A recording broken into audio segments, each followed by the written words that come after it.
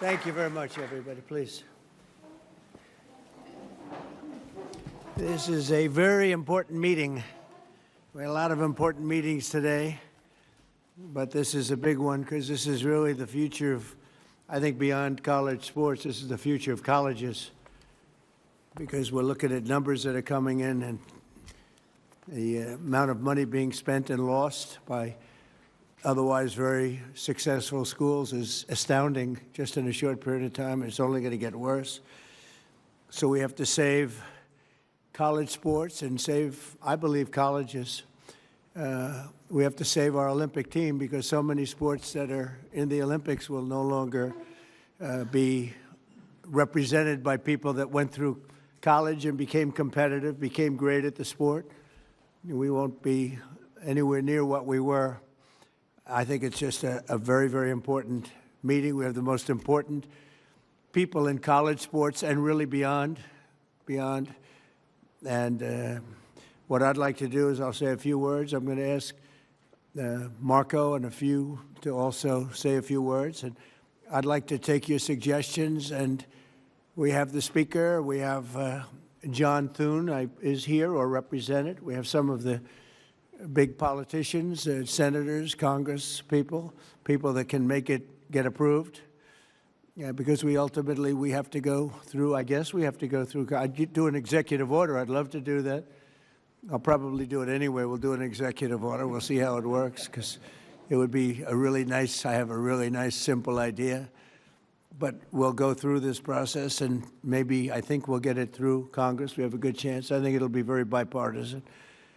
And I just want to thank you all for being here as we stand up for one of America's greatest and most beloved institutions. It's called college athletics, which is true, means so much. I want to thank Secretaries Marco Rubio, Scott Bessent, Doug Burgum, Howard Lutnick, Linda McMahon for being here, And also, Speaker of the House Mike Johnson doing a great job, Governor Ron DeSantis, Senators Ted Cruz, Eric Schmidt, Leader Steve Scalise, Representatives Lisa McClain, Jim Jordan, Brett Guthrie, and Lori Trahan. Thank you all for being here. We have some great people. Condoleezza, thank you very much. I see you over there. Great to have you. Great to be with you. A very special welcome to New York Yankees President Randy Levine, friend of mine for a long time. I used to sit with George Steinbrenner in the box. It was one of the most difficult days of my life. I would always be, he liked me, I liked him, but we both liked very few other people. And we had a good time. We won a lot of games, right, Randy? We never lost. We never lost, actually. And a great champion of college athletics, former, as I just said, Secretary of State, a woman who's really respected, Condoleezza Rice. Thank you very much again, Condoleezza.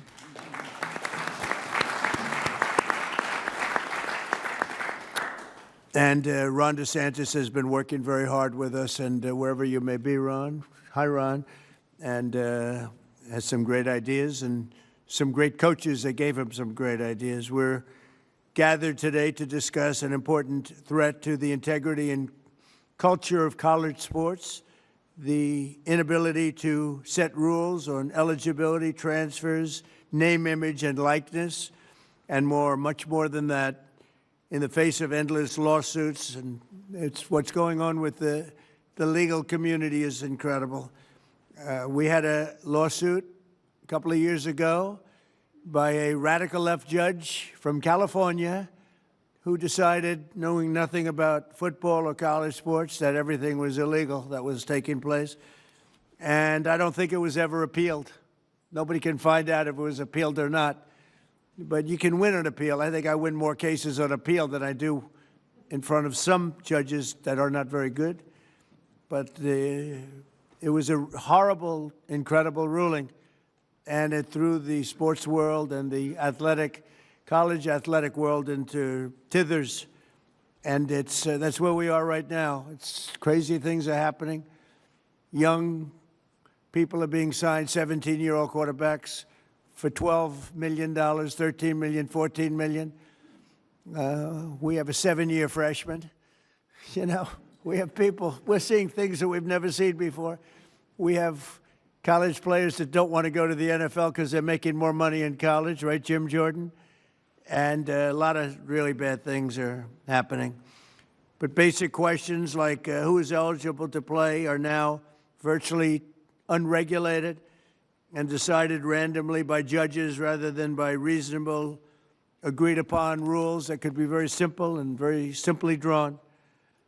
So this has grown into a major challenge. We actually have some of the best sports agents here because I think they'd like to see it solved, but maybe not. I'm not 100% sure about that. But they're represented. We have everybody represented today, just about every group you can think of. But it's grown into a major challenge that threatens the future of college sports and really colleges themselves, because many are going to go down the tubes. It was announced that Penn State, their athletic division, lost $535 million this last year. Florida State, Ron and I spoke about it, $440 million loss.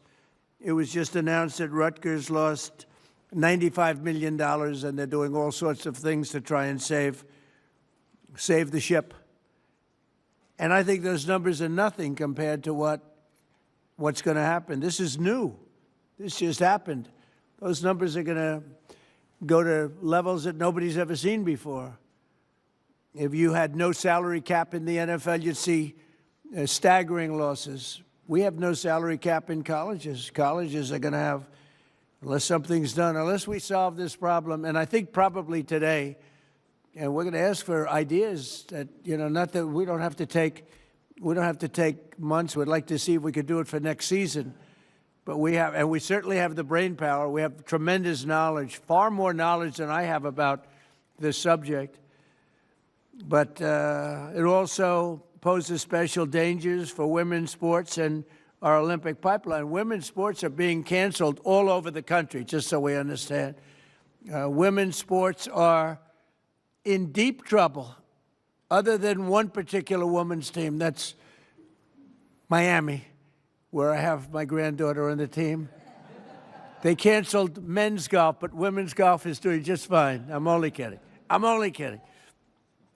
But they are canceling golf. They're canceling wrestling. They're canceling fencing. They're canceling even basketball. I thought that would be maybe immune, but it's in trouble. And it's all going to football. But ultimately, football is going to be the worst laggard of all. It's not going to be affordable. And it's going to take down practically every college. In my opinion, it's going to take down virtually every college, or every college that wants to be, they think they want to be competitive. Under the current system, educational institutions find themselves in a financial arms race for athletes in sports like football and basketball, and both of them, but basketball is being hurt very badly. It's being dominated by football.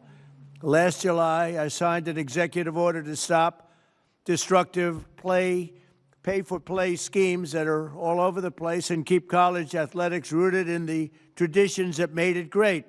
I thought we had a great system, frankly. I thought we had a system that should have been appealed, and it could have been maybe perfected a little bit. But it took close to 100 years. It was developed over 100 years, and one judge that knew nothing about sports, knew nothing about football, knew nothing about Olympics, knew nothing about anything, just decided everything was unconstitutional. It's crazy. But only Congress now, it looks like, can deliver a permanent fix. So, Speaker, you and John and everybody else, including Democrats that are represented very strongly, we can hopefully get it done. Federal legislation must allow college athletic programs to set common sense rules, simple common sense rules, without endless litigation, and establish a fair name, image, and likeness standard that eliminates the patchwork of conflicting state laws. That's the other problem. All of these colleges, they're all in different states, and all the laws are different. So you got laws that are totally different, some one way, some an entirely different way, while allowing the full spectrum of college athletic programs to thrive. It should thrive. If Congress does not take action fast, it could destroy college sports and destroy the colleges that play these sports. They'll be destroyed. They'll be going bankrupt, everyone, so many of them. No other nation in the world has built a system that develops champions in classrooms and on the field, producing Olympic heroes, professional legends, and the leaders of tomorrow all at once. I thought the system of scholarships was great. What do I know? But I thought it was great. And just one of those things. I was with Nick Saban the other day, and, you know, his timing is exquisite. He played, and he won and won and won. And when he saw this thing, he said, I'm going to get out of it. I'm not doing this anymore. He's around here someplace. Where's Nick? Where are you, Nick? Right? Now, he doesn't admit this. I said, how come you left he didn't want to go through one season? Because there's no better mind at this than that man. And he looked and he said, what a shame, what a shame. And he's going to speak about it. And I think you have some very constructive ideas, Nick. I think so. No other nation in the world has built a system like this. It's so good, and we've thrown it right out the window. And I'd like to see you go back to something maybe resembling that, and maybe pay for each player. Not such crazy pay, but just pay for each player. With every player, maybe the quarterback and the third string lineman making the same. But you're going to tell us about it. We're going to try and get it passed. Our goal is not to go back to the days where student athletes were never allowed to receive any compensation, although not the worst idea, but I think a lot of people would overrule me on that. But we must pass reforms that protect the cherished American tradition of college athletics for future generations. So I look forward to hearing from a lot of you, and I think a few of you are going to say a few words, and then we'll get to some ideas. And I don't know, maybe by the end of a long session, if we need it, I'm here as long as you need me, they came to me, they said, "You're the only one that can do it." I said, "Oh, thank you very much." I said, "Really, because I'm president," okay, to be honest. But we have certain abilities, and we'll see if we can get it done. So I'll ask in this order, Marco, you'll say a few words, and then Speaker Johnson, Randy Levine, Nick Saban, Charlie Baker, the Governor Ron DeSantis, and Greg Sankey, Sarah Hirschland, and Pete Bavacqua. And they'll go pretty quickly, and then we'll hear from some of the people. And we may have something come up that's somewhat of a miracle. There's an idea out there, and somehow it's going to have to be arrived at, because there's no way this system will allow colleges to, in my opinion, will allow schools to live financially. It's not going to happen. So if I could, I'll ask Marco, you can start, and then Speaker, and then we'll go through the list, and then we'll take some ideas or questions. All right? Thank you very much. Marco? Thank you, Mr. President. And I'll be very brief. The first is, I think you've already touched on, and that is what a unique institution college athletics is to the United States. Very few countries in the world actually have something like what we have. And it's not just unique, it's really important. A lot of people don't see some of the aspects of it that are so positive. The first is the student-athlete experience. There are literally thousands and thousands of young Americans who are going to graduate this year with not just degrees, but advanced degrees, and athletics made that possible. And the athletic support and the academic support that they're receiving from these schools is extraordinary. So there are kids that literally would not have gone to college or may not have considered it, and certainly not the advanced degrees, without the help that this provides. Also, the development of the individual that student athletics provides. I mean, look, if you can show up at 6 a.m. in the morning every day for a lift, you're learning one of the most important lessons in life. 95% of life is showing up where you're supposed to be on time. These are extraordinary lessons that people are gaining. Two more things that people don't think about: unity. Few things in America unify us anymore, and one of the things that does is college athletics. In particular, I can just, the experience of a Saturday, and I was about to say a Saturday in the South, but I don't want to discriminate against the other conferences. I'm sure it's true there too, where communities get together, people don't agree on anything else except that they want that home team on the field to win. And it's one of the few unifying experiences we have as a country, and it's so critical. And the last you touched on as well, Mr. President, this is the feeder program for our Olympic teams. Without it, there is no feeder program. Other countries have structured it differently, but the way we have it in our country is so unique in that way. We all know the challenges, and what this system now needs is a system of rules and regulations, of guardrails, so that everyone is operating under the same rules. And it's difficult to do because it's moving very fast, but you've got the right people in the room here, Mr. President, and the right leadership. So thank you for caring about this, because it truly is important for the country and for millions of Americans who are fans, and thousands of families who have student athletes in their family who have experienced this system or are going through it now. So thank you. And Marco has a conflict of interest that he didn't reveal, which is a very serious charge. Could be a criminal charge, actually, because his son is a very good player for a very good college and makes money with NIL. So this is a serious conflict of interest. But we'll take him. We waive his conflict. Please. Thank you, Mr. President. It's an honor to be here with so many of the all-time greats. It's a treat for us, members of Congress. There's many of them around the table, and they're happy to be working on the issue with you and for you. I would say, people often say that Speaker of the House is the most stressful job in the world, but then I think of SEC football coaches, because they got to win every Saturday night, and my friends who are in those positions I have a lot of sympathy for. I want to commend President Trump for his extraordinary leadership, and he leads on this important and complex issue as he does all others. He sees a problem, he wants us to solve it, and he assembles the right people to get that done, and I think he really is the only figure on the planet who could do that. So I thank you for that, Mr. President, getting everybody together. One more issue that we'll tackle. I'm a double alum from LSU, undergrad and law school, so I bleed purple and gold, and we talk a lot about college athletics down where I'm from. It's a big thing, but the whole country cares deeply about it, because it's part of Americana, as Marco was saying. It's part of who we are as a country, and it's so important, and we have to navigate through these unprecedented waters together. I'm glad there's some really smart people who are working on that. Mr. President, Congress does need to act quickly because it's getting out of hand, and I think everybody here recognizes that.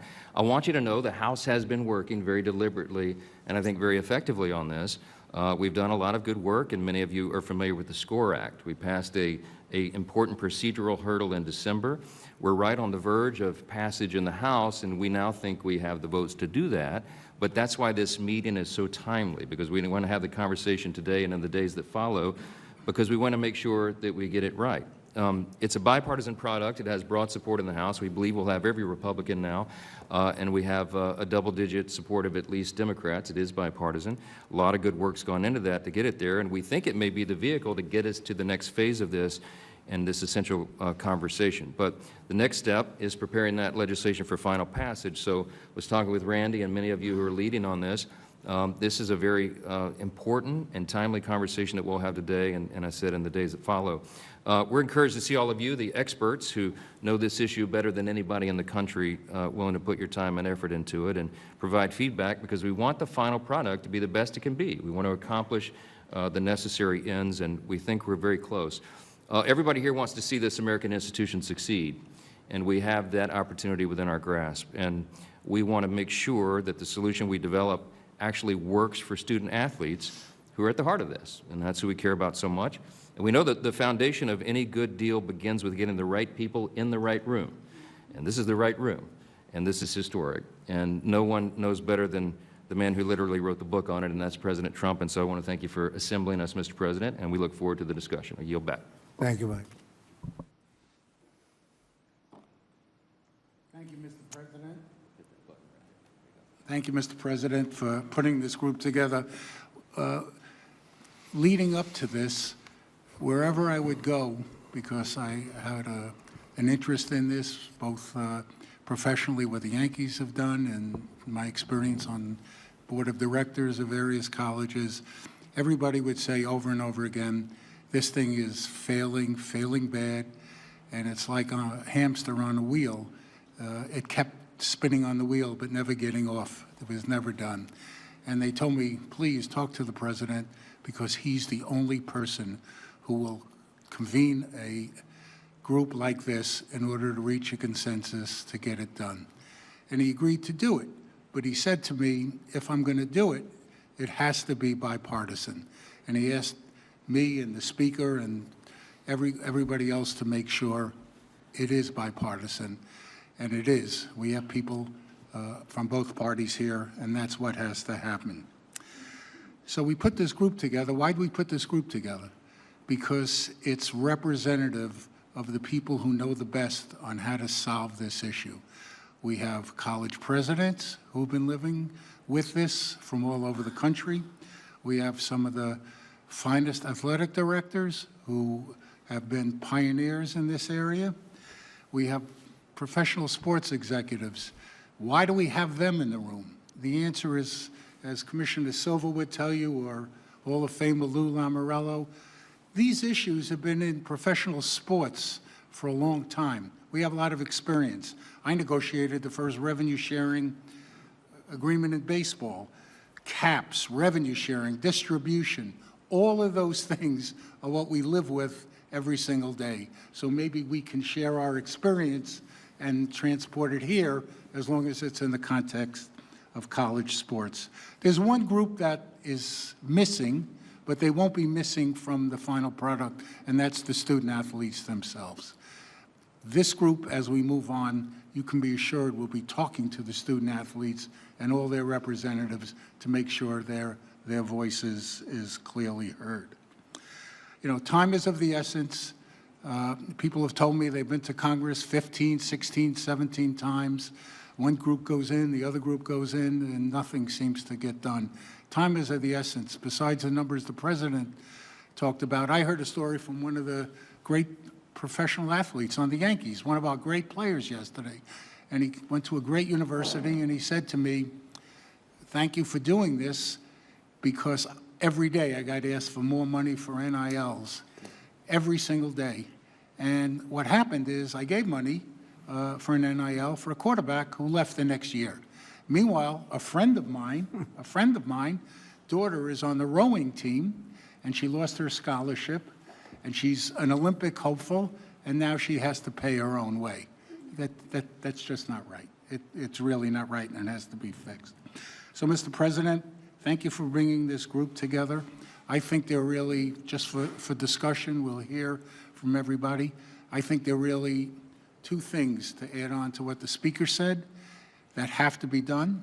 One, there has to be an antitrust exemption, because Everyone in the room has to be able to talk to each other, all the conferences, the schools, the presidents, everybody, without getting sued. That includes the kids. They have to be involved in these negotiations, the student athletes. And there has to be an entity that's set up by the people who are going to administer this, run this, that are empowered by the legislation to handle all the issues the president spoke about. And we're all here to support that, to help that. And to make sure that it's just not business as usual. Just an idea I have is maybe that antitrust exemption lasts for 2 years to make sure that these rules and everything are really being enforced. And if they're not, we go back to square one. It'll give the Congress oversight, give the president oversight, but it's time to move. And Mr. President, I couldn't agree with you more. Thanks to your leadership, we got to move this really, really fast. We have ESPN and Fox here. They're probably the biggest payers in this entire thing, and the fact that they're here and their voice is heard is great. So, Mr. President, only you could pull this off, and we're grateful. Thank you very much. Thank you very much, Randy. And Nick Saban, please. Thank you, Mr. President, for the chance and the opportunity to be here to speak with you today, but I just want everybody to know that I'm just a football coach. I spent my life when we had the ball trying to get a first down, when they had the ball trying to get off the field on third down. So this is an unlikely position for me to be in to speak to such a distinguished group of people. Thank you. But I come here today with a question. What are the guiding principles for the future of college athletics? All athletics. I'm talking about football, basketball, Olympic sports, revenue, non-revenue, it doesn't matter. You know, my goal as a coach for my players, for our players, was to help them be more successful in life, that we would create an atmosphere and environment that would help them through personal development, academic support, 668 degrees and 17 years at Alabama, and help them develop a career as a football player. That was our goal, so that they were creating value in life and we were preparing them for their future past athletics. So what happened? You know, in this current system that we have, that became impossible to do because people, instead of making decisions about creating value for their future, they were making decisions about how much money could they make at whichever school they could go to or transfer to. So I think we have a challenge here today about the ramifications of this current system on how it helps players be successful in their future and how we can impact and create a system that will help and preserve the opportunity for student athletes to be able to have success in their future beyond athletics. So we need to develop an effective system of revenue sharing, authentic name, image, and likeness, authentic being you have marketing value, which now we have collectives, which just create opportunities, which just become pay for play. Eligibility issues where we have guys playing 6, 7, and 8 years. So you have 25 and 26-year-old people playing against 18 and 19-year-olds, which is not healthy. Transfer rules, we have over 4,000 people in the portal. Fans don't like it, support groups don't like it. It's not really healthy for players in graduation to transfer several times in your career. You really put yourself in a pickle in terms of your ability to graduate. So I think we need to come up with a system, and we obviously have to do it with the President's leadership and also with Congress probably, whether it's antitrust legislation or whatever it is, to allow student athletes in all sports, including women's and Olympic sports, to enhance their quality of life while going to college, but still provide opportunity to advance themselves beyond their athletic career, which is what the philosophy of college athletics and getting a college education has always been about. And how much does anybody talk about getting an education anymore? Nobody talks about it at all, which is the most important thing any of these student athletes can do in terms of enhancing their future. So thank you very much. Thank you very much, Nick. Charlie Baker. Well, thank you very much, Mr. President. I especially want to thank you for putting me in the lineup after the most legendary college football coach of all time. And I really want to thank you for your interest in this issue and your commitment to it. And I also want to thank you for the work that your administration has done on a number of different issues, working with our team and with many members of the folks who are in this room today. You know, today there are more kids playing college sports than at any time in our nation's history. There's 556,000 student athletes across all 3 divisions playing on behalf of 1,100 schools. And those 1,100 schools are second only to the United States of America in terms of the amount of financial assistance they make available to those student athletes. It's over $4 billion. That's also the biggest number we've ever invested as a community in the student athletes who attend our schools. There is a lot that is right with college sports, and anybody who watched the Women's Olympic Championship game between Canada and the United States would know that, among other things, all of the players on both of those teams were former college student athletes, all 46 of them from both teams that played in that championship final. Women's sports has grown dramatically. The visibility of women's sports, the viewership of women's sports, the attendance at women's sports, the investments in women's sports have all gone dramatically up over the course of the past 10 years or so. And if you talk to almost anybody who follows youth sports, they'll tell you that the growth in youth sports on the women's side continues to be profound. But that said, everything everybody has said about the challenges we face at this particular point in time is true. And I want to give a special thanks to Speaker Johnson and to Leader Scalise for the work that they've done, you know, to use a sports analogy, carrying the ball on behalf of the SCORE Act in the House chamber over the course of this year. It deals with the rules issue, it deals with the agents issue, it deals with some of the financial issues, it deals with the equity question, it deals with a wide variety of the issues that are challenging for so many in the college sports space these days. And the final thing I'll just say, we have, I talk to a lot of people who are connected in one way or another to college sports, both in this country and around the world, because they have children who attend college here in the U.S. And over and over and over again, the thing I constantly hear is there's nothing like college sports anywhere else in the world. And you are so lucky to live in a country where you have a system that works for young people the way this one works for young people here. So I'm deeply grateful for your commitment to this issue. I'm thrilled by the folks you've managed to put around this table. I agree with others who said there's probably nobody else who could do that. And college sports was a great thing for me and my kids and my wife and so many. I know a lot of kids who wouldn't have graduated from high school, much less gone to and graduated from college if it wasn't for college sports. It's a truly unique American jewel, and we should do all we possibly can to ensure its success for the next generation and the generations after that. So thank you again for having us all here today. Thank you, Charlie, and you're doing a great job. Appreciate it. Ron, please. Well, thank you, Mr. President, for doing this. I mean, you have pedaled to the metal on so many different issues, from national security to border to energy, and you're not taking the pedal off any of that, and you could be forgiven to say college sports is important, but your plate's full, and you just added it to all the other things that you're doing, and I thank you for that, because this would not get done without your leadership. No one else could get this group together. No one else could work with Congress to be able to do it, and so I appreciate it, because it is important to a lot of people. I mean, we know this is out of whack. We went from a system where you couldn't give a student athlete anything. They could sell your jersey, you get nothing, to now, quarterback throws for 300 yards and they go see the coach. Hey, I need more money. Give me more money from the club. Okay, I'll transfer. Or they get money and I don't want to play in that bowl game. Sorry, I'm just going to sit out. And I think that that's been bad, certainly for college football and college sports. But let's just be clear, and a lot of the speakers have said, and I speak from being in the South, college football is king. It's not even close. University of Florida is the reigning NCAA basketball national champion.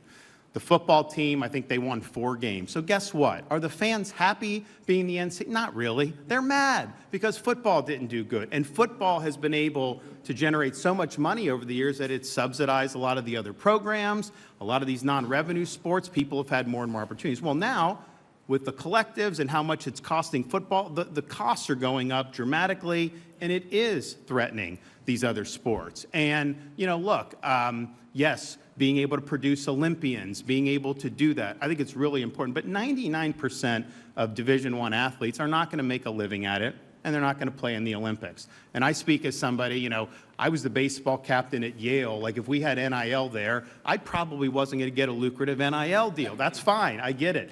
But, you know, what being a college athlete teaches you, there's a reason why the Naval Academy and in West Point, you have to be an athlete when you go through there, because it teaches you discipline. It teaches you about hard work. It teaches you about competitiveness. It teaches you how to cope with failure. And so a lot of the people, the students in these sports that may not be as glitzy, but are going to be harmed by the current trajectory, these are going to be future leaders of our country in a variety of different endeavors. And so I'm thankful that this is going to get done under President Trump's leadership. This is a bipartisan issue.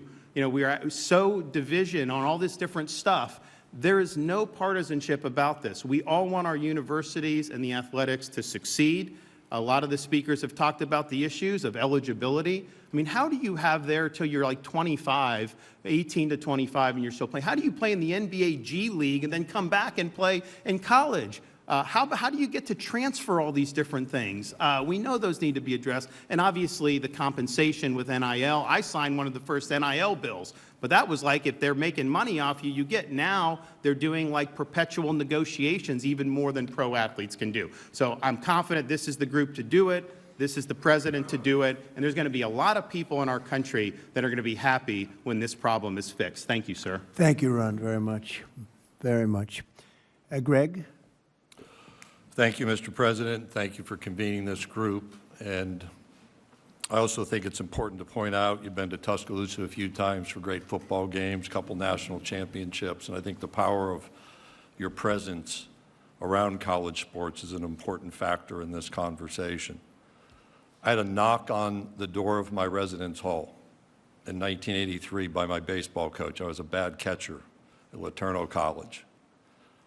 That's why I'm here today, because he taught me some lessons that had I not been in that situation, I never would have learned. I've spent 2 of the last 3 weeks with our student-athlete leadership councils, and I asked them, what would you say in a room like this that people need to hear? And that there were 2 things that they wanted me to communicate. One is, when I line up at kickoff, at tip-off, or I put my cleats in the starting blocks at a track and field meet, I want to know the other people in other uniforms from other teams and other states and other campuses are held to the same standards and the same rules to which I am being held. They also want to know that they're being supported from a physical and a mental well-being standpoint. Part of that is their concerns about sports gambling and the pressures that are emerging upon them. I think the themes that have been communicated here, rather than go through my notes, are worth restating. This is a bipartisan, I would argue a nonpartisan issue. This is a circumstance where among the 4 conferences, the ACC, Big 12, Big 10, and SEC, over $2.3 billion was spent in FY24 to support Olympic sports. And in Paris, 219 U.S. medalists went through the college sports system, 89 of those being gold medalists. In college sports, we move young people from adolescence to adulthood through education, through becoming part of a community, which they otherwise would have not experienced, and the opportunity to build a legacy. In the current environment, each of those elements is interrupted. Transferring 4 or 5, I have a basketball player in my league on a 6th campus, does not provide educational achievement opportunities like we should demand. Being part of a community when you transfer that much doesn't happen, and building a legacy is overrun by the next name, image, and likeness opportunity. I appreciate what's been done in the House and the SCORE Act. Speaker Johnson, I once lived in Natchitoches, Louisiana, a place you represent. Leader Scalise, your work, I know Congressman Roy has been part of those conversations and others in this room, and it is bipartisan, but we need to bring more people in. And we have work to accomplish in the Senate. We cannot go on longer in this circumstance. And this is not about revenue. This is about structures and national standards for eligibility, for transfers, for medical care and mental wellness care, for transparency and accountability around name, image, and likeness activity. We'll fracture more if we fail to act. That's why the appreciation, Mr. President, for the gathering is most sincere, because I want to see our women's sports thrive. In the Southeastern Conference, we currently have 10 national championships. 2/3 of those are in women's sports. We didn't achieve that mountaintop in football this year. We'll keep working on that. We want our Olympians to go through our pools and our track and fields and our volleyball courts. And we want young men who aspire to be in the NBA or the NFL to be educated, to mature, and to grow as they seek that achievement. We ought to be focused on making college sports great yet again, and I look forward to being a part of this conversation moving forward. Thank you, Greg, very much. Sarah Hirschland, please. Thank you. Good afternoon, everyone. Let me start by saying thank you, President Trump, and your whole administration for your continued support of both Team USA and the Olympic and Paralympic Games. I'm proud to be here today to represent Team USA, and I will say it is no surprise to anyone in this room that we are the greatest sporting nation in the world. Team USA is the most successful team in history, with more Olympic medals than any other nation. One of our competitive advantages is the education-based sports system our country has embraced for more than a century.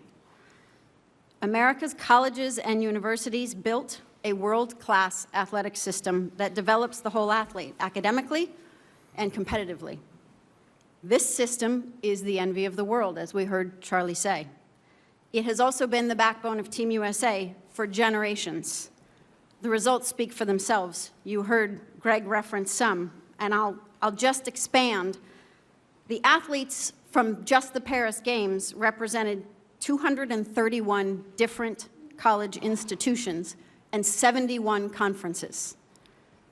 90 different schools were represented by our medalists from just the Paris Games alone.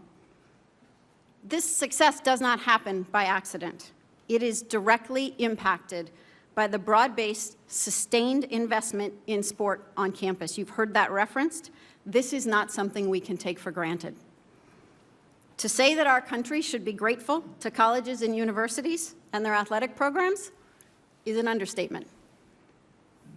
And while the United States has topped the gold medal table in 8 of the last 10 summer games, I am here to tell you the margin is narrowing.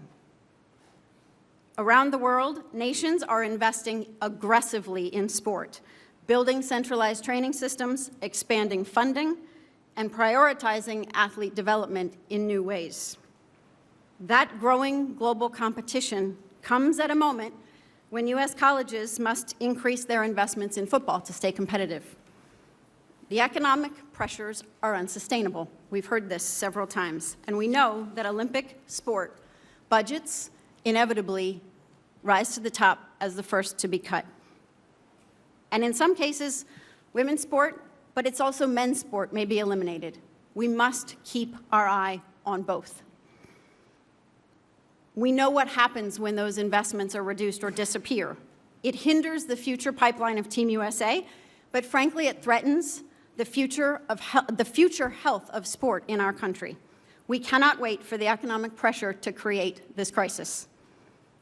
We stand here today, Team USA, in solidarity and partnership with the collegiate sports community to encourage Congress to pass legislation that stabilizes the foundation of sport on campus and ensures a healthy and robust ecosystem for student athletes across a wide array of Olympic sports and football, which is kind of coming to the Olympics. Let me conclude by assuring you that American athletes are ready for this global challenge. In fact, we welcome it. But the pursuit of excellence deserves a system that continues to invest in them. Thank you, Mr. President, and to our congressional leaders, to the college administrators, and to the many representatives across the sports industry who are here today. We value your commitment to sport, and we welcome your partnership. Thank you, Mr. President. Thank you very much, Sarah. And we'll conclude with our little early speeches, but we'll hear everybody that wants to, if you have an idea, if you don't have any ideas, maybe you don't bother, okay? But if you have something good, and maybe what we're talking about with the SCORE Act, it seems to have a lot of support, but we'll talk about that. Pete Bavacqua, please. Hey, Mr. President, thank you. Thanks for having us all here, and a special thanks on behalf of Notre Dame for your kind words about Coach Holtz. I know he was a dear friend of yours, so we appreciate that. And this meeting is important. It's timely. I think everybody around this table knows that we need help to straighten this out. We need the help of Congress. In this post-House world of NIL and compensation, we're finding ourselves in a situation where college football, particularly men's basketball, women's basketball, but particularly college football, I don't think it's any secret that people understand that so many of the decisions around college sports are driven almost solely by college football. And college football is certainly important to Notre Dame. We make no secret about that. But it's become a runaway financial train. And if it continues to be that way, even the healthiest of universities are going to have to make incredibly difficult decisions, decisions that are going to impact women's sports and Olympic sports. There's simply no way around that. So we need regulations. We need regulations, we need financial transparency, and we need repercussions. People's feet need to be held to the fire. And I talked to Coach Saban before we entered into this room, and we were talking about the transfer portal. And Greg mentioned it as well, but when you have young men and women going to 3 schools in 3 years, 4 schools in 4 years, the student athlete, and they're student athletes, they're not just athletes, and we're forgetting the academic part, we're forgetting the student part. And if you're going to 4 schools in 4 years to make a few more $100,000 on each stop, where when you're 21, 20 years old, you think all your financial troubles have gone away, you're going to find at the end of that college experience, you're not going to have an academic degree. That money that you thought you could rely on for the rest of your life is going to be absent by the time you're 23 or 24, and you're going to have the rest of your life, you're going to find yourself in a very difficult position. So we have to talk about financial transparency, and we have to restate the importance of the student-athlete experience. We can't forget that, because the percentage of people that can go on and play in the NBA, the WNBA, the NFL is extremely low. And it's the importance of that academic degree that you get throughout your student-athlete experience that's going to serve you so well for the rest of your life.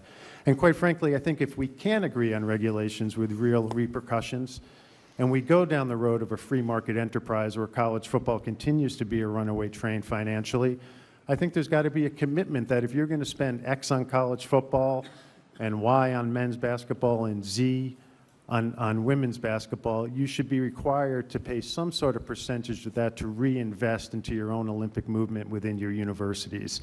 So I think this meeting, as I said, is important. I think we're coming to a point where we're going to be at no return if we don't get our act together and try to speak with one voice and solve this. So thanks again, Mr. President. Thank you very much, Pete. So maybe we have to start with a base, because I'd like to say the base should be what we had before, which worked so well for so many years with scholarships. When I heard Charlie say the kind of numbers that was paid in the form mostly of scholarships, that was pretty impressive. But maybe we can't go back. Maybe we have to go forward. And what's happened is sitting here with Jim and some of the people that are talking about the SCORE Act, maybe that should be the base, and maybe we should work off that. But if anybody has any ideas, I'm just noticing all of the divisions, all of the people that have supported it, including the NCAA, the 31 Division I conferences, 23 Division II, 22 Division III, all HBCU conferences. I mean, a lot of, and a lot more than that. So maybe that can be a base. That's the SCORE Act, which I know it's been, Mike has worked on it long and hard. We have a great guy, Jim Jordan, right here. He was a great athlete. He was virtually undefeated in college wrestling, virtually. I don't know. There was probably one bad night, I think, Jim, right? But he was some great athlete, some great wrestler, and that sport is being, torn apart by what's happening right here. Well, it sure helped when you came last year, Mr. President. Sure helped when you were at the NCAA championship last year. Right. if we could go and if somebody would have some suggestions. Mike, do you like the idea of using this as a base and we work off the base, or would you like to start from ground zero? Well, I think I speak on behalf of the legislators around the table that worked really hard on the SCORE Act and many who have been involved and brought their ideas to the table. Our fear is that if we begin from scratch, I think everyone around the table understands this could take a long, long time. A lot of the debate and discussion and deliberation has gone into this. I got this one-page summary I'm happy to pass around. I assume most people around the table know the basic parameters of the bill and where we are. But the idea would be that if there are, Randy and I were speaking earlier before we went into the Oval Office, there may be some ideas to enhance it or make it better. We want to have the best possible product. I mean, maybe, Mr. President, I think that's a good suggestion. We begin from that.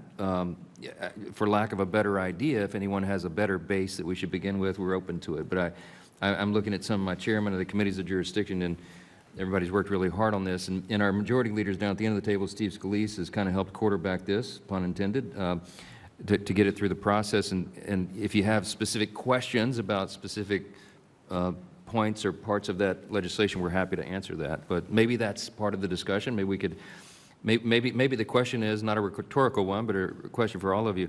Does anyone have any big concern about what is currently on the table in the SCORE Act or have ideas on how to improve it? Would anybody oppose, I mean, most of you have studied the SCORE Act more so than I have. Would anybody feel strongly opposed to starting with the base of the SCORE Act, which has gone through a lot? You would oppose it? Go ahead.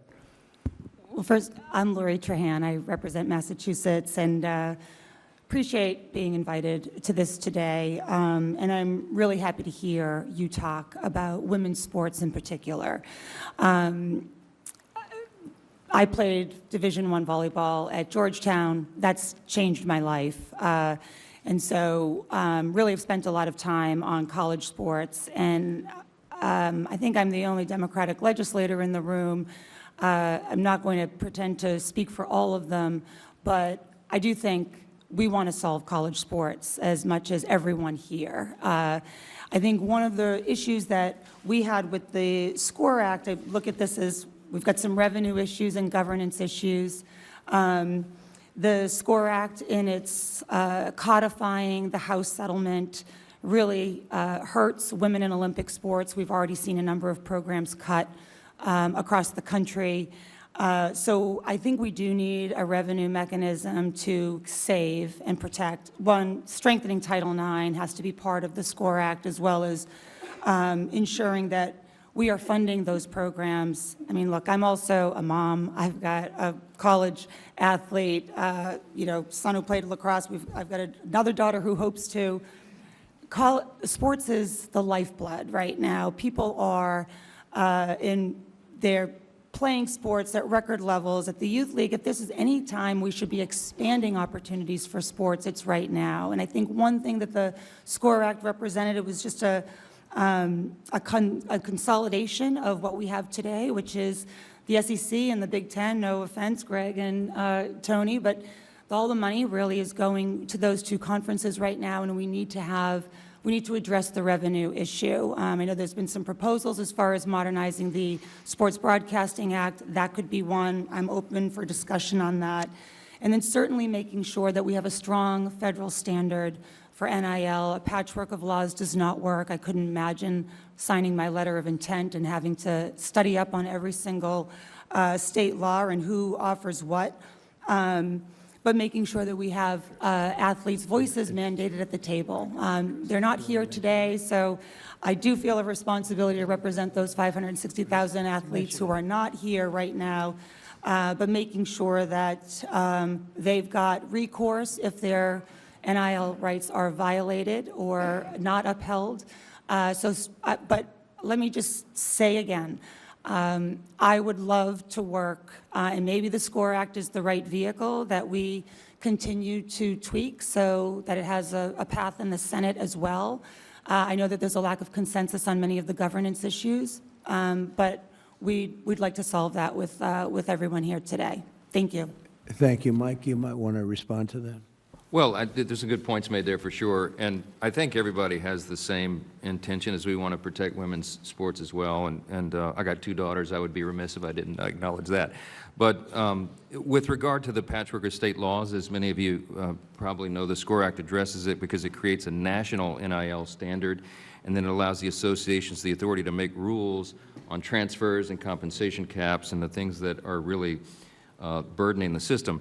And then it protects those rules from being challenged under antitrust laws. So we create an exemption there for that. So I think there are a lot of thoughts gone into how to address it there. But I mean, again, we have no pride of authorship here. We want to have the best possible product. So, I mean, the authors of the bill are open to good suggestions. So, yield back.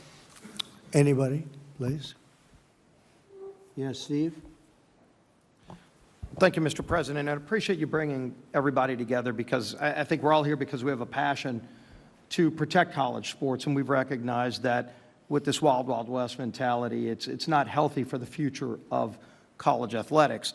And so bringing structure back and really bringing the ability for the schools to govern themselves again is what our intention was from the very beginning. We started this a few years ago. I remember Coach Saban came to my office and others, and we started listening to the people that are there at the schools dealing with the problem as payment of students became legal, which happened through legal arguments that, Mr. President, you talked about, some of these lawsuits that ultimately broke down the framework that Charlie Baker and others were able to use to police college athletics. That's gone now.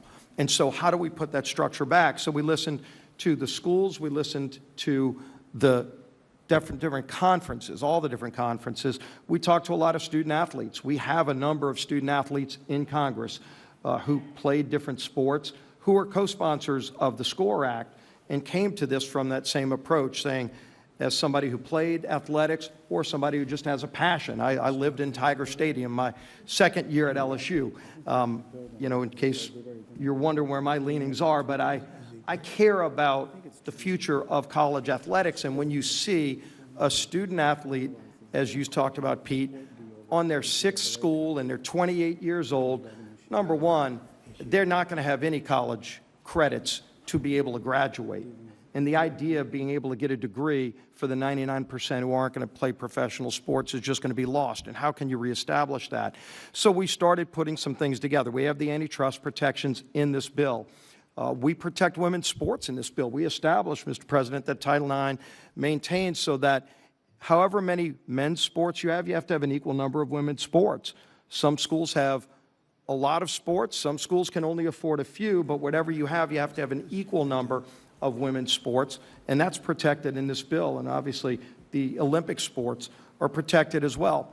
We also wanted to make sure you could put limits on the transfer portal, because that is something that a lot of people get very frustrated when they see, that you just have pure free agency. The professional sports don't even have that.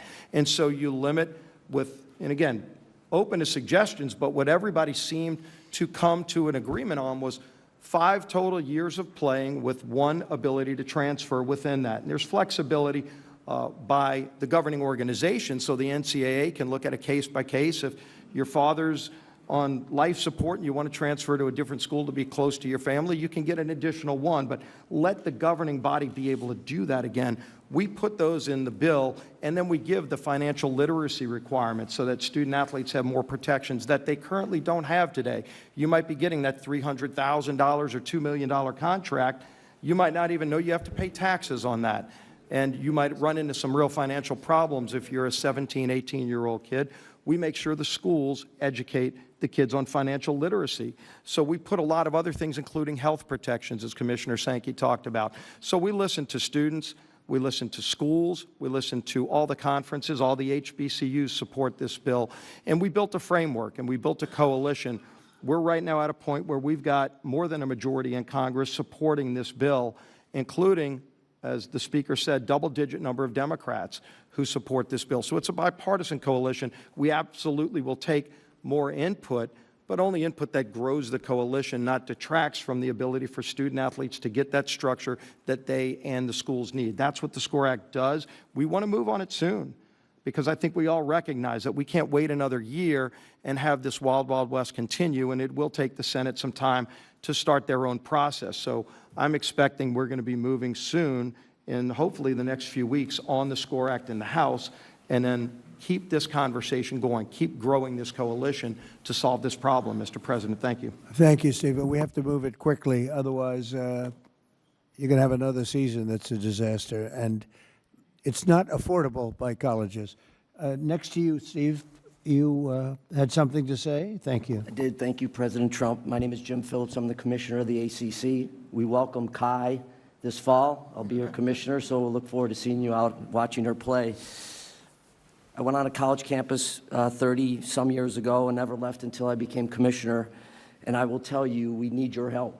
We need everybody's help in this room. There are 6 areas that the SCORE Act is the right piece of legislation. First, as been mentioned, there's a national law versus state legislation and patchwork. We have 37 disparate laws across the country, so what you can do in one state is different than what you can do in another state. That just doesn't work. When you have inter- and intrastate competition, as Greg mentioned so well, the student athletes want to know that they're lining up against somebody that's abiding by the same rules, NIL, rev share, and the rest. Second, it's a reaffirmation that these are student athletes.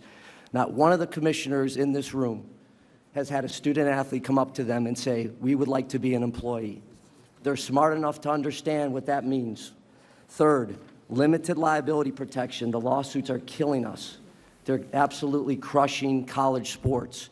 If you don't like a rule, you just go to the local judge, and the local judge deems you eligible.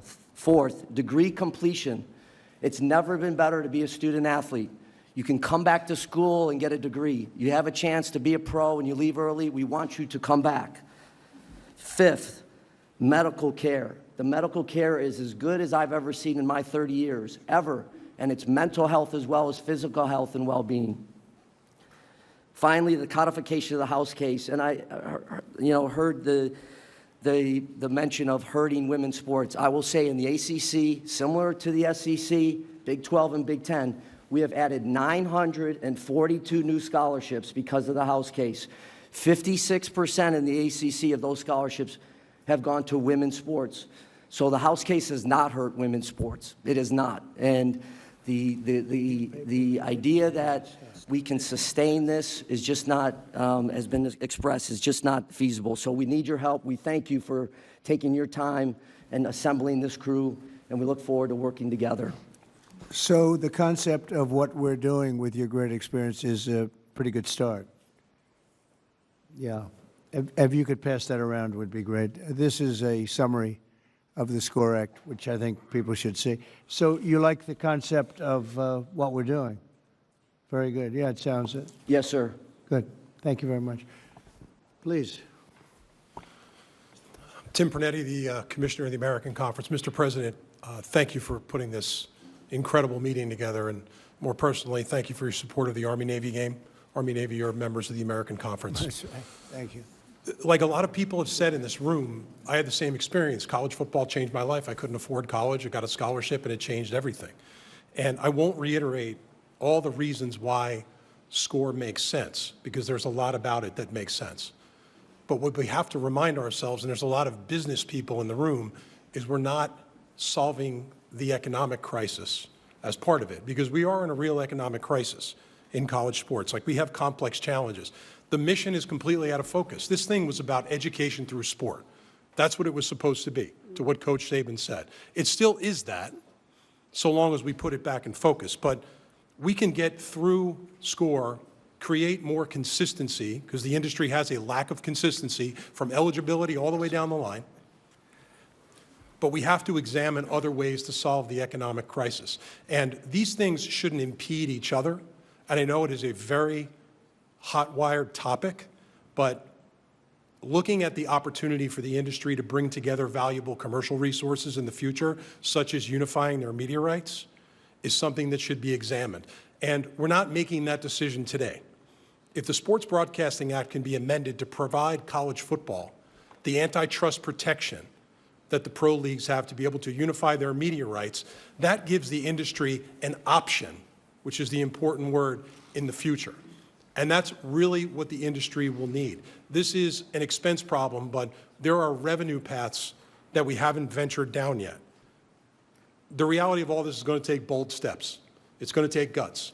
And this has become a transactional business where commitment is flying out the window, but it's not everybody. The top 1%, which is how the industry has been designed to serve the top 1%, 99 out of 100 student athletes in our league don't want to be employees, to what Jim Phillips said, and they signed up for a great experience. Like, our responsibility is to make sure we reinforce the mission and create resources around them to have the experience. But that conversation, whatever side of it you're on, should be had to see if there's an option in the future to dramatically improve the economics for the industry.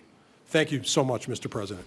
Well, thank you, and thank you for mentioning the Army-Navy game, because as you know, I signed an executive order to protect that time slot so that during that, from like 3 o'clock to 6 o'clock or 6:30, I guess, we protect that space, that airspace, so nobody can play a football game, and we have the Army-Navy game protected, because the kind of money that's being thrown around, they were a little bit concerned that the Army-Navy game, as great as it is, may not do so well. I think it would actually do pretty well, but we protected the time spot anyway, so that during that little period of time, it won't have any of this competition where lots of money is being thrown around. I think it was a worthwhile protection, because it really is it is a very special time and a special, very special game.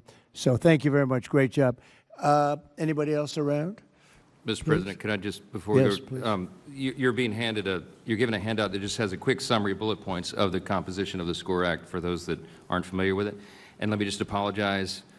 I think NIL has been abused, and my staff put my name and image on the top of it really big, and that was it's sort of ironic and not intended. Sorry about that. You didn't get paid for it. I didn't get paid anything for it. Yeah, yield back. Anybody else, please? Cody, please. Yes, sir. Mr. President, I would like to express my gratitude for your involvement and interest in all of this, and especially personally the opportunity to be involved in helping to find the solution, because college sports, as many have said, changed my life, made me a better businessman, a better husband, better father, and made me better at life in general. This is a complex issue. It's multifaceted. There are a lot of different perspectives on how it should be solved. There are a lot of different agendas that are represented in this room. And the SCORE Act is a good start. It gives us a place that we can build on. But as we move into the Senate, the political dynamics are going to change, and many of the agendas that are represented in this room and outside of this room are going to come into conflict with one another. The reality is nobody's going to get everything that they want. If we're going to come to a solution on this, we have to find a place where we're all sort of equally unhappy, so to speak. That's just like any other business deal. And I think what's key is that we are all willing to come to the table and compromise and work together, recognize that the small schools are important, the big schools are important, women's sports are important, Olympic sports are important. It's not just about big-time college football. And so that may require you twisting some arms along the way to make sure that people work together and are willing to give a little bit, and understand that this whole ecosystem of college sports belongs to all of us. It's a national treasure. It's a public trust, as I've heard Clay Travis say before, and I think it's very accurate. And so it belongs to all the American people, and all the American people should share in it. And so I would just encourage everyone here, and I think that might even be a commitment that you could ask everyone to make, is that they will work together, they will compromise, come to the table, and be constructive. So, Cody, I know you have worked very hard on this, and frankly, you've been working on it long and hard, maybe harder than anybody else. I've heard your name mentioned more than anybody. Could you use this as a base, and we all get together, maybe as a smaller group, and ultimately report back to the larger group and come up with something? Do you think this is a good base? Yes, sir. I think it's certainly a good base, and it's a great starting point. Again, the dynamics will be different in the Senate, and we'll have to build on it from there. And again, a lot of these tougher issues are going to come to the surface once we get there. But absolutely, we should convene a smaller group that can work on those things and work on the compromises that need to be made to be able to have a bill that can get 60 votes in the Senate. Is there any way we could go back to the old system, which I thought was fantastic, and do something with some compensation for the players and simplify things so that you'd go back to a scholarship system plus some compensation, more minimal, but, you know, a lot for a player? I mean, for the most part, they would consider it to be a lot, whether it was $75,000 or $50,000 or maybe more than that. But you go back to that wonderful system that I thought we had until this judge decided to just throw everything out the window. And it's been worked at for years and years, and it was finally honed. And then all of a sudden we're sitting in this crazy neverland where colleges are losing hundreds of millions of dollars, and in many cases not even putting out competitive teams. It's incredible. Is there any way that can work? Coach, we were together, and you had some pretty strong ideas. How would you feel about that? You know, as a coach, well, first of all, thanks for having us. And Thank you, Coach. I speak on behalf of so many of my former colleagues that I visit them now, and they're a mess. You know, I don't see coaches sticking around longer. You know, the coaches are getting paid very well, so they leave and enjoy their life, because what they're dealing with is the loss of a locker room. You take away team, and our country's in trouble. You know, my two girls played college volleyball, and one of the greatest interviews I've ever witnessed is she's at Georgia Tech and said, I learned so much more on the volleyball court than I ever learned in any classroom, which I agree with. So I actually think it's a simple fix. And it's not simple unless we get antitrust protection, because the NCAA, when I was growing up in the profession, if you violated a rule, that was a problem. You'd lose your job. And that was made very clear. Throughout litigation and other issues, the NCAA has become, they don't have subpoena power, and every time they make a decision, they get litigated. And I get it. I mean, I witness it, and as a result, and we know this from some of the policies you put in place, rules without enforcement equals chaos. You don't need new rules. We got plenty of rules. Enforce them. So if we get antitrust, then you now will not get litigated. And I would eliminate, the only thing I dislike about the SCORE Act is that, and Coach Saban and I have visited about this, Mac Brown and I have visited about this, get rid of the collectives. That's cheating. When donors, so everyone understands what a collective is, donors put money in a pot, it's distributed to players through the coach and the general manager according to your talent level. That's not allowed. You're not supposed to do that. That's called pay for play. So there's a revenue share that the universities get through their television contracts, and I know it goes up every year. That's their only financial, that's the only thing they're allowed to do for their student athletes. They can distribute that however they want. That's still pay for play. But any NIL conversations, which NIL, I think we all got to quit calling it that. It's not name and likeness. These players getting paid millions of dollars in some of the stories I hear, and they're posting on Instagram for twice, and then they're getting paid $1.5 million. So the NIL, to me, NIL in its purest form is America. It's called capitalism. If you can make money on your name, you should have a right to do that. If you're a gymnast, a volleyball player, a swimmer, a football player, and a car dealership wants to work with you legally in the business world, do it. That's what NIL should be. That's not what it is. So you get rid of the collective, becomes an illegal entity. There's no such thing. That, even to this day, that makes my skin curl when I hear a collective. Get the donors out of it. If a business owner wants to hire Jeremiah Smith and pay him a certain amount of money, he's certainly allowed to do that. That's called capitalism. But the universities cannot arrange that and set that up. The universities can simply make sure the kids go to school, make sure they graduate, treat them fairly, make sure the women's sports, the Title IX, I'm all in favor of all that, but they cannot get involved in the financial marketing of your players. Let the market take care of itself. That's called the market. That's called capital. The collective, I think if the collective goes away, college sports gets better immediately when you say that, if we have antitrust exemption. You know, it's just sitting around and having watched college sports for so long with no problems, what this incompetent judge did to this game, knowing nothing at all about sports, about anything that we're talking about today, is a disgrace. And it's going to be a very hard thing to put back together. We'll get it done. But what this person did to college sports is a disgrace. I say it. And we've seen plenty of those type of opinions. I had one recently, and it's gross incompetence, is my opinion. And everybody suffers, including student athletes, including women. Women are really taking the brunt of it, as what you were saying before. It was so perfect for women. It was so great for women, the way it was, and now we have to come up with a whole new scheme to satisfy people. And there are going to be some unhappy people. And it was working before. A person that knew absolutely nothing about sports made a ruling, and she turned the whole thing upside down. And it's really a disgrace. You want to know the truth, a damn disgrace. But we are where we are, and we'll figure something out.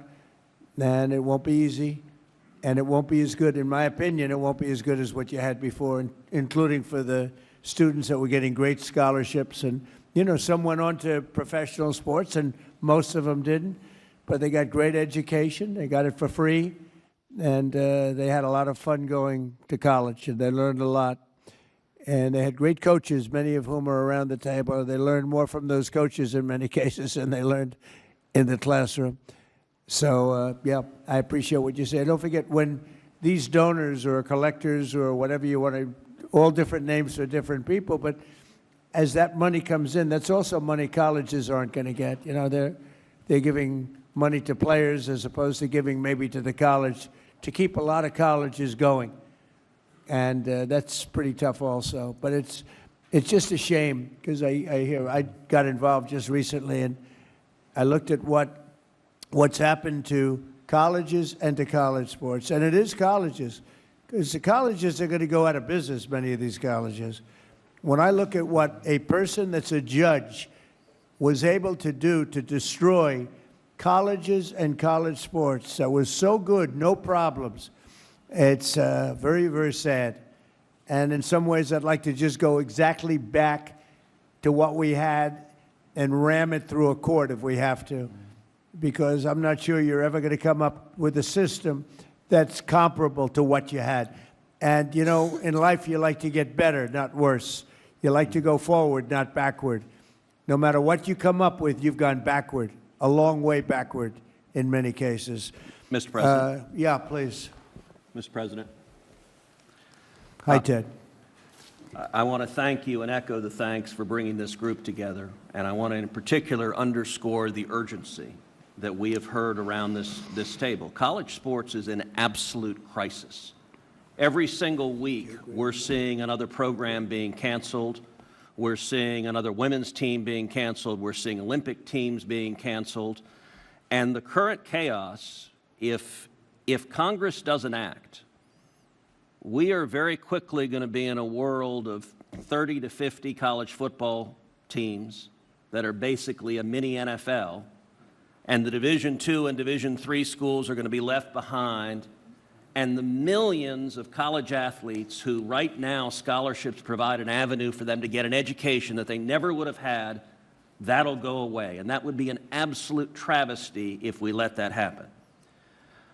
I will say, several people around this table said this is a bipartisan issue and we have bipartisan consensus. I agree it should be a bipartisan issue, but it's worth speaking realistically. The challenge is simple. You asked about the SCORE Act. I think the SCORE Act has many good elements. I think it is a very good first step. But the challenge is, for this to be passed into law and put on your desk, we need 60 votes in the Senate, which means we need at least 7 Senate Democrats. Right now, there are 0 Senate Democrats who support the SCORE Act. I've spent the last 3 years negotiating with Senate Democrats on this issue. And I will say for some time we have been, to use a football analogy, at the 2-yard line, but not able to push. And there are interest groups on the left, in particular trial lawyers and unions, that have resulted in Democrat senators that are actively lobbying against the SCORE Act and don't want to see legislation passed. And so my hope, there are a lot of people around this table who care desperately about college sports. My hope is that you speak out to Democrat senators and urge them, let's come together and solve this together. And I think part of a solution needs to be on the cost side, and I think part of the solution should be discussing and looking at the revenue side. I think both of those are important parts of a solution. There are a number of Senate Democrats who care about this but have not quite gotten to the point of getting to yes. That's the single biggest challenge, and I think the collective voices around this table adding to the urgency that if we wait another year, if we wait another 2 years, the programs in your state are going away and the students in your state are losing their scholarships, and it would be an absolute travesty if we let that happen. Mr. President.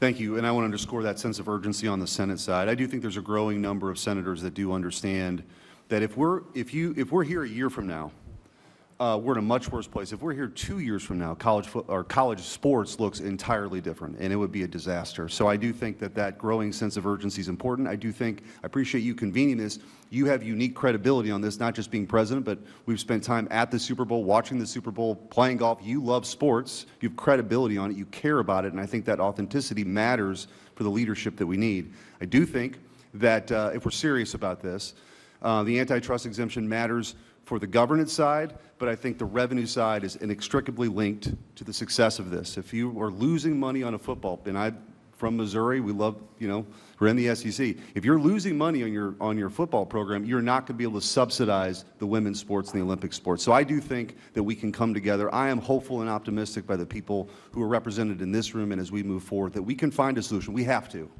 This is not just because we like watching sports on TV why this is important. There are lives that can be changed forever if we do the right thing. And I think that you've got the right people in the room, and I think you're the right guy to lead this effort, and we're here to support those efforts in the Senate. Could I ask Charlie Baker? Charlie, do you think we could come back to a solution or get a solution that was as good as what we had before, or almost as good as what we had before, or maybe better? I don't think better, but maybe. Would you say that's possible, Charlie? You're in the position to be able to tell maybe better than anybody else. Well, first of all, I appreciate the question because it's at the end of the day the one we all care about the most, which is can we create a system going forward that's better than the one we have now? And I think the focus people, the thing about the SCORE Act that everybody needs to remember here is it's a comprehensive piece of legislation that deals with a whole series of things that I think everybody would agree are a problem. The discussion, the place where the discussion gets a little more complicated is the issue about the cost and the revenue side and the implications of those two issues. And if I were to say to this group, where's the place to go, it would probably be there. And do I think if you could get that resolved, you could create something that most people would view as better than what we had before? I think you'd certainly be heading in that direction. The big thing we all have to remember here is that the way it was before, and I'm almost 70, so I remember those days quite well. Sports and media played a completely different role in our society than the one they play now. And the money piece in particular is got to be part of the conversation, and that's got to involve the student athletes. And your point, Mr. President, about coming up with a more structured way of dealing with that, I think is a good one, but that's got to be part of the dialogue for the same reason that the revenue piece has to be part of the dialogue as well. So much money was paid to students in the form of scholarships. What was the exact number that you said, Charlie, before? $4.1 billion last year. $4.1 billion was paid to the students in the form of scholarships, and everybody was happy. Everybody was happy. And now you got yourself a mess. And I think you should just go back to where you have and let some judge tell you can't do it, and you appeal it up and you win at some point, because I think what you had was a great system, $4.1 billion. Everybody was happy. now you have a thing that you're never going to say. You have a jigsaw puzzle that's not going to be put back together. And colleges are going to go out of business. And I think you go back, and the players that got the $12 million, a 17-year-old quarterback that got $12 million, one got $14 million. I hear they're negotiating one at $18 million, they don't know if he's got an accurate arm, but he's got a strong arm, coach. Accuracy counts, too. They have no idea. They're going to give him $18 million. And you know what? Those guys that already signed contracts, you know what? Call that the lotto. They hit the jackpot. Let them have their money. You can't do anything about it. But I'd like to see, and I tell you, I just don't think it's right that a judge is allowed, that knows nothing, is allowed to destroy college sports and colleges. And I'd like to see you go back to where you were, enhance it a little bit through some compensation, and let them take you to court, because no matter what you do, you're going to be sued. You can do 100, you could give everybody everything, and you're going to end up back in court, and you'll probably have a judge that doesn't know a damn thing, and it's a mess. It's a mess. And I don't know whether or not that decision was appealed. Was that decision ever appealed? Does anyone know? Because I heard it was not appealed.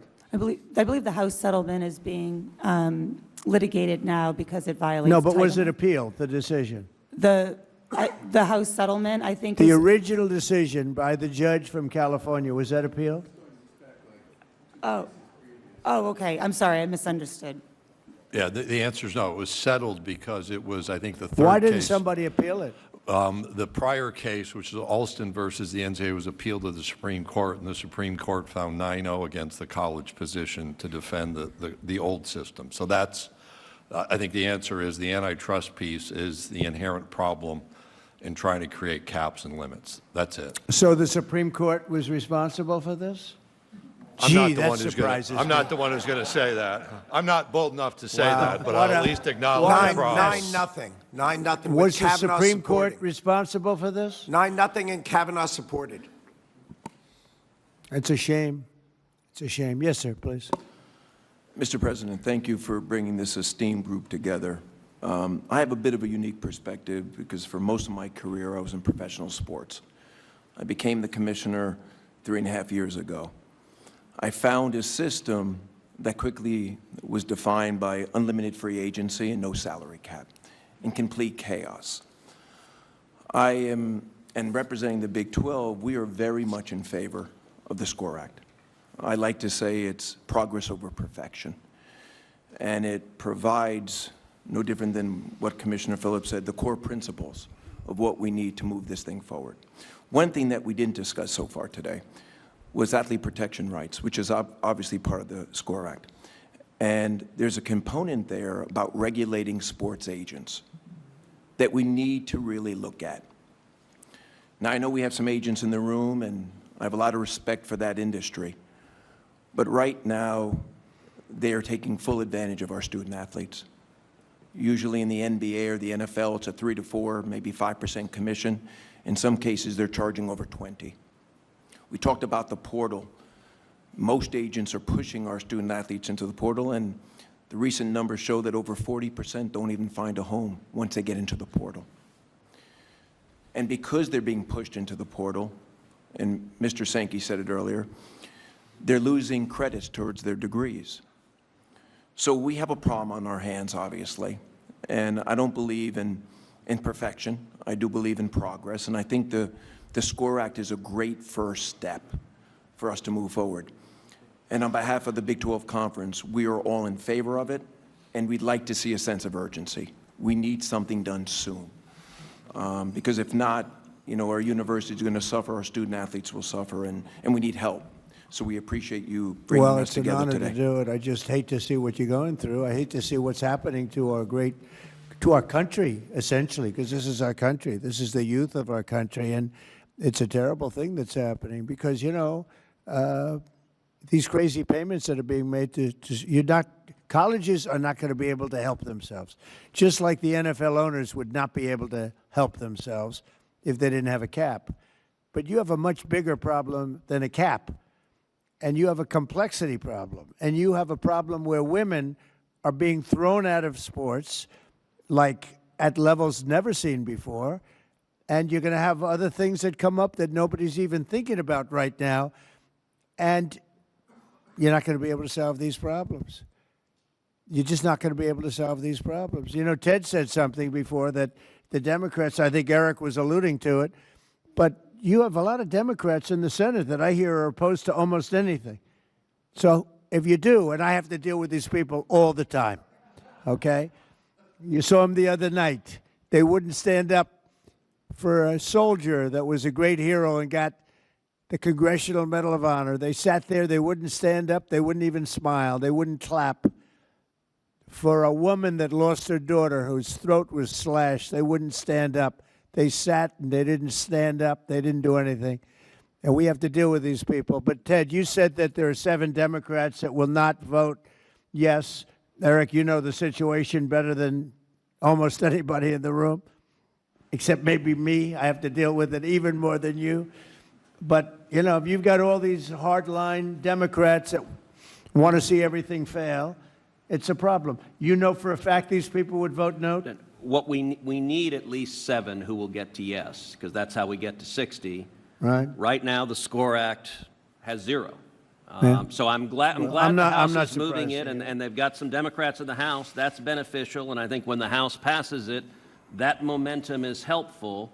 And there are a number of Senate Democrats. I mean, I've spent literally thousands of hours negotiating with my Democrat colleagues, and there are a number who want to address it, but it is their political leadership that is telling them to stop. And so what has got to happen is the folks in each of the states need to say to your elected Democrats, if you don't act, we're going to lose what is so extraordinary about college sports. And it needs to be something that is in the middle that's a compromise. Ted, you've already lost it.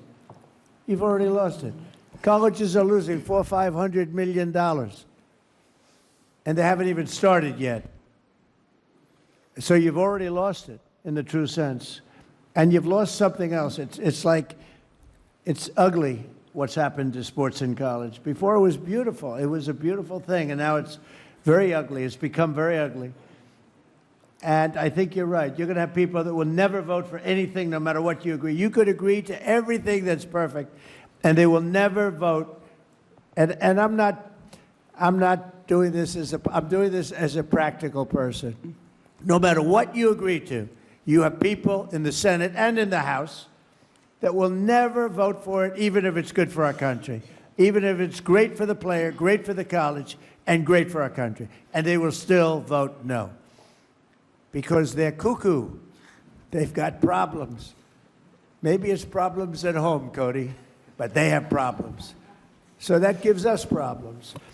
And I think what I'm going to do is I'm going to sit down with some of the people in this room, like Urban, like Coach, a very fine coach, Nick, who won a lot. He won a lot. How many, 6 national championships? You could have done better. You had a couple of games. Did you win 7? What did you, 6? 7. 7. All right, so I think he qualifies, right? But I'd like to sit down with some of the very talented people in this room, and we'll pick them out. If you'd like to volunteer, volunteer. And I'd like to sign an executive order that I'll write myself based on common sense, and it'll be something that people will be sort of happy about. Some will be sort of happy. Others will be sort of happy. And maybe that's a good thing. There'll be a few people that won't like anything. But I'd like to write an executive order based on some of the very great talent in this room. And we will be sued, and we'll go before a court. And maybe we'll have a judge that's realistic, reasonable, and wants to do a favor for the country, because that's the only way this is going to be solved. So I'm going to sit down, and I'm going to write an executive order based on many of the statements made today, many of the statements I've been hearing over the last year about what a disaster this is for colleges, for the players, for the families, ruining everything. And we're going to do a very well thought out executive order. A lot of you are going to be involved in that. All of you, anybody that would like to, just let me know. And that'll be placed before the courts, and hopefully a judge who's a real judge, a compassionate judge, and a judge with common sense will get it approved. And maybe it won't, and maybe it won't hold up. Maybe they'll say you can't do an executive order, in which case you say, welcome to the court system of this country, which has gone totally out of control, totally out of control. And maybe not. But that's the only way you're going to get this done. So I'm going to write an executive order, and the executive order is going to be based on great common sense, and it's going to let colleges survive and players survive and let a lot of people be very, very happy. And let's see if we can get it through the court system, which we might not be able to do, in which case I guess we'll have to meet again, and we'll probably be through the same system. Look, if this doesn't work, colleges are going to be destroyed. Women's sports are going to be destroyed first before anything, before anybody, before anything. Women's sports are already being cut in every college. The first thing they're cutting, which is very unfair, is women's sports. And then they're cutting lesser sports. Sports that are very good sports, great sports, are being cut. And you're going to be left with football, and the football is going to lose so much money that the colleges are all going to go bankrupt, all because of a bad number of decisions made by courts, including, I guess, the Supreme Court, if you say it was a bad decision in the Supreme Court.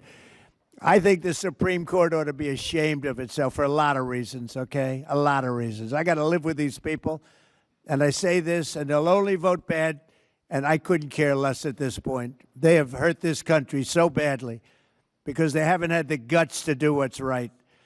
So, and I can tell you about other things too, not just this. So we're going to do an executive order, and I think it's going to be an executive order that the people in this room and the students and the colleges will be proud of. Whether or not it holds up in court, I can't tell you that. But you're not going to get it through the Senate, and you're probably not going to get anything through the House because you have a bunch of lunatics that you have to deal with, Mike, and better you than me. Go ahead. Well, I applaud the effort for an executive order, and I think everybody around the table is grateful for that. Might I suggest, Mr. President, that while you're using the Article 2 authority, that we still work in the lane of Article 1. The playbook has to be wider than that, I think. And so what I would suggest, and humbly before everyone here, is that we take, I think almost everyone around the table we've heard today believes that at least the SCORE Act is a base to work from. Can we still continue to try to work through that? We do have some Democrat support, and as was said, we've got some fine points to get to. Would love to work with you on it. Okay. And what I think is, and what I was hopeful for, is that the leaders around this table, representing such a broad array of interests and groups around the country and both parties, that the influence, collective influence of the, I hate the word collective, Coach Meyer, I'm sorry, I keep saying collective, but the influence of all the people around this table could help us get some of those critical, Democrat votes in the Senate. And I don't think we should or could abandon that effort. We try it. I'm an optimist. I think you go both ways. Yes. Let me do an executive order. You go ahead and play games with these people. Okay. Okay? We'll give it the quarterback effort. How Give about it a that? shot. Okay. And maybe the fact that we do the one helps you get the votes in the other. Okay? Right. Does that sound okay, Randy? Yeah, I think so, and I think at the end of the day, Mr. President, as you've heard here, we need an antitrust exemption, and the only people who can do it are the Congress, and I heard from all the senators and the representatives, and I agree the SCORE Act is a start, but with your leadership, I really do believe we can move the ball. I have ideas, brilliant people here have ideas where we can add on it.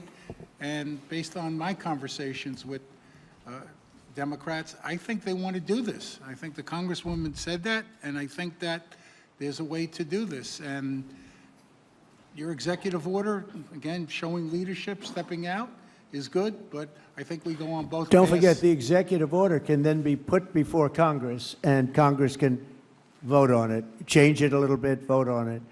but I'm looking to do it straight and let Congress go a different path. And, you know, you may get a judge that understands what's happening, and you may get some very good opinions coming out of a very smart judge who will be beloved all over our country, as opposed to hated and disrespected. So that's it. So, Randy, could I ask you to do the following?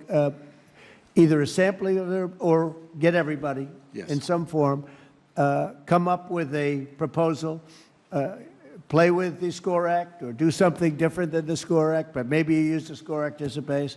I separately will get some of the people in this room, and we're going to do a really good executive order.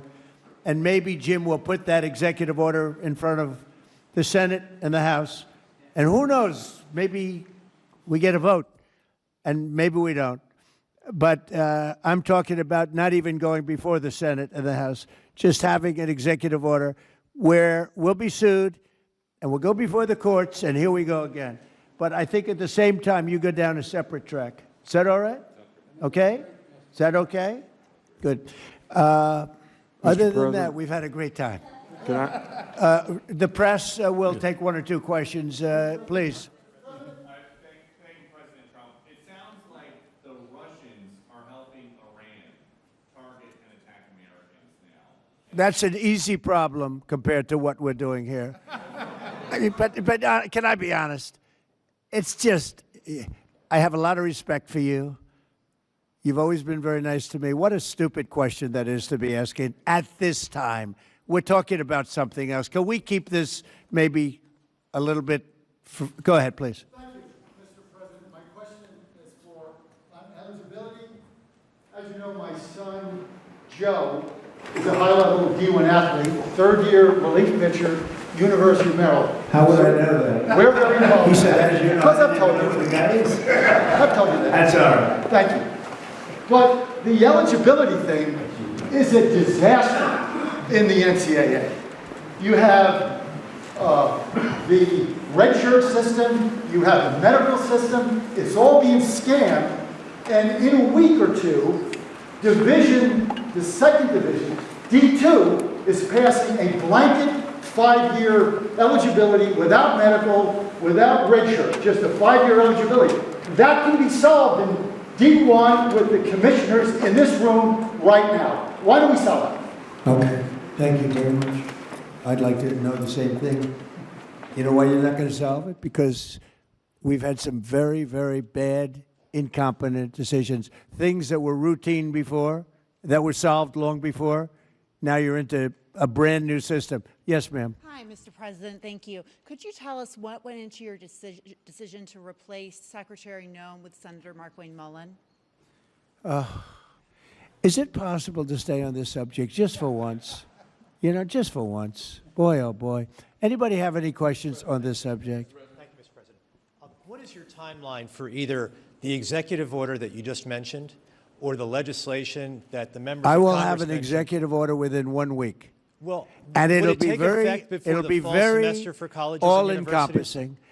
And we're going to put it forward, and we're going to get sued, and we're going to see how it does, okay? But I'll have an executive order which will solve every problem in this room, every conceivable problem, within 1 week. And we'll put it forward. We will get sued. That's the only thing I know for sure in life. And we'll see how we do in the court system. Would it take effect, sir? But the before courts have destroyed. The courts. Yes, sir. Think about it. The courts, a bad court system has destroyed college sports and colleges in this country and a lot of lives. Mr. President, yeah, please. Mr. President, how will your executive order be different from the one that you released in July? You mean than the SCORE Act? Well, it'd be a lot different because I don't necessarily agree with the SCORE Act. I don't know it as well as some people in this room, but I disagree with some of the things in the SCORE Act. No, the executive order you released in July, how will this one that you're writing this week be different? It'll be more comprehensive. That was put out as a test, as a feeler. This will be much more comprehensive because we've all learned a lot in the last pretty long period of time, 6 months or so period of time. I think we could do a very good document. I think we could do a document that works from a common sense standpoint. Whether or not it's going to hold up in court, who knows? Honestly, it will depend on the judge. Maybe we'll get a wise judge. There are wise judges, too. We got some very brilliant, wise judges. Maybe we'll get lucky. Why aren't there any student athletes in the room? Why aren't there any student athletes in the room? Do you want to answer that question? Randy?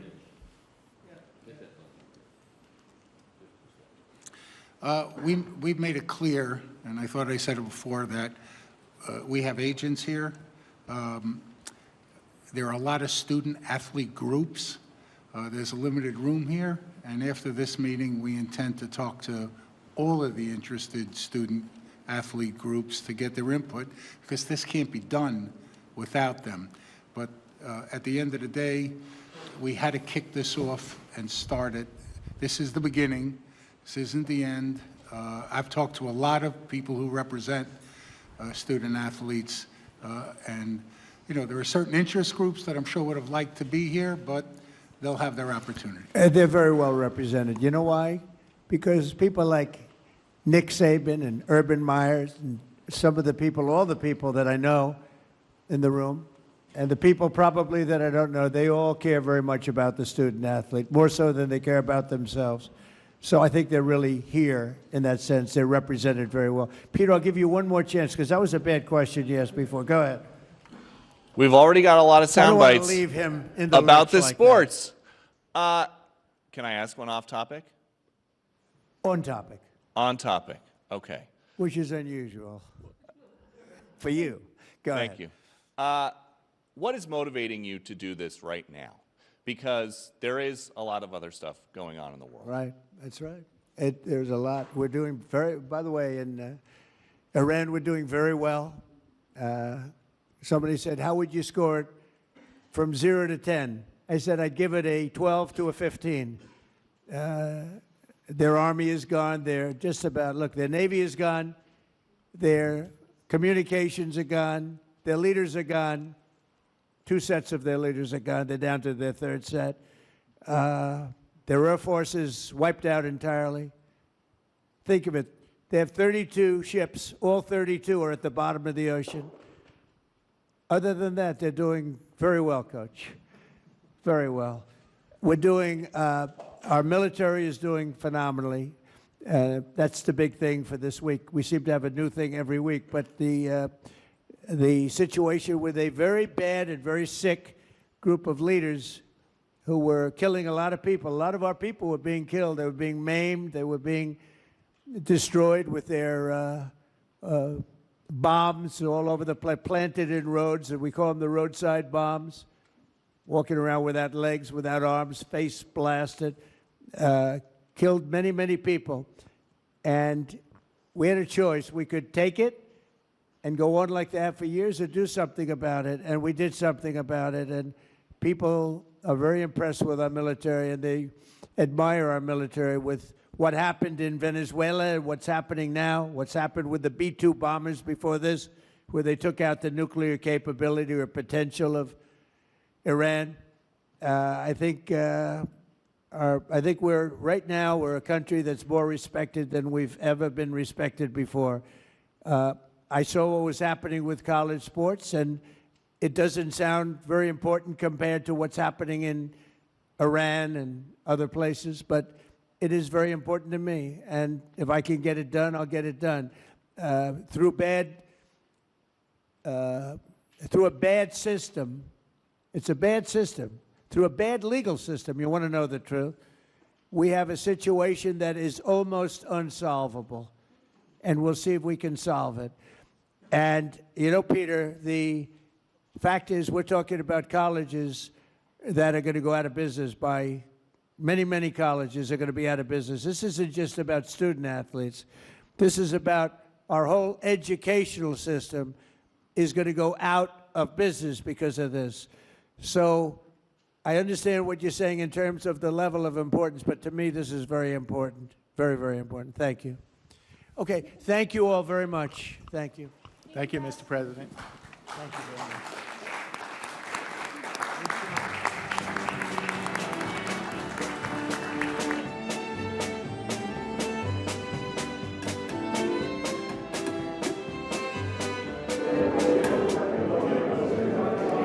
up my mic. Hold on.